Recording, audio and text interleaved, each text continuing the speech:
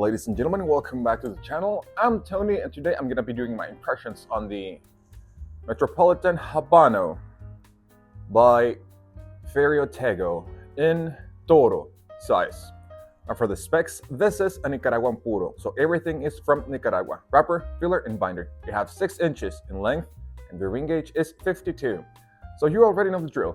I'm gonna light this up, give you my impressions on each third, and yep, a little bit along the way. New cutter alert.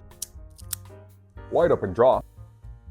Now, if you have seen any of my previous cigar-related videos, you already know I don't like to talk too much on the first 5 to 10 minutes because I'd like to give some time to the cigar to wake up. But I do have to say that I'm expecting medium plus to full flavor and also strength. Of course, this is my first time having this blend. As a matter of fact, this is the second episode of this year's marathon regarding Ferio Tego. But I'm gonna bore you with that in this clip. So my cigar marathon consists of purchasing every single blend of a specific brand that I choose, not in every vitola though, because it would be very complicated and very expensive. Smoke through every single one of them, enjoy them as much as I possibly can, and in the end, I will pick my favorite and purchase a box of that blend. The brand that I chose for this year's cigar marathon is obviously Ferio Tego. We're gonna start off with the Metropolitan collection, then the Timeless collection, and in the end, I will smoke the Suma, Elegancia, and also the Generoso. Actually, on my Instagram, I posted a picture to commemorate the beginning of this year's marathon. Obviously, in that picture were all the blends from Ferio Tego. The TAA exclusive are not included, nor the Metropolitan 30-year anniversary. So, with nothing left to add, back to the video. So I'm gonna start smoking this and I'll let you know my impressions regarding the first third.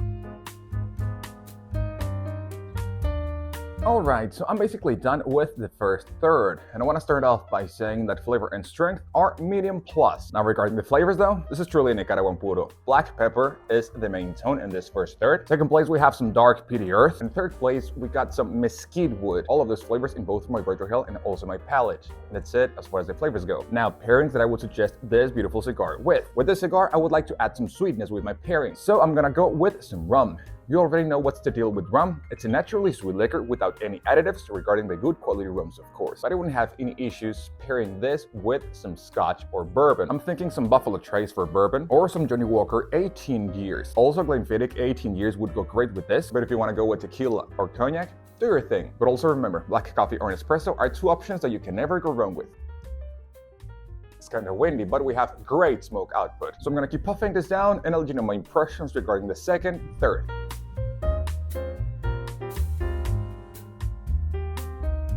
Alright, so I'm gonna proceed with the traditional secondary band removal before it starts burning. I'll put it close to the mic to see if it's satisfying or not. Nope, not satisfying at all. And here we have the secondary band exclusively for Ferio Tego. I really dig this gold where it's not too shiny or ring to rule them all. Very nice. And now that I'm basically done with the second third, did something change? Yes, the black pepper is still the main tone in this second third, but the intensity was much less. Dark peaty earth is now just dry earth, and now we got the addition of a nutty quality, so I'm getting some cashews in here as well, and the mesquite wood still here, but it took a step back. And that's it as far as the flavors go. Flavor and strength still medium plus, and we still have fairly good smoke output. And before we go any further, I'm gonna proceed with the traditional band removal. I'll put it close to the mic to see if it's satisfying or not. Oh yes, pretty satisfying. And here we have this very elegant looking primary band, Metropolitan, New York, handmade, Habano. Very nice. Now I'm gonna keep puffing this down and I'll let you know my impressions regarding the final third.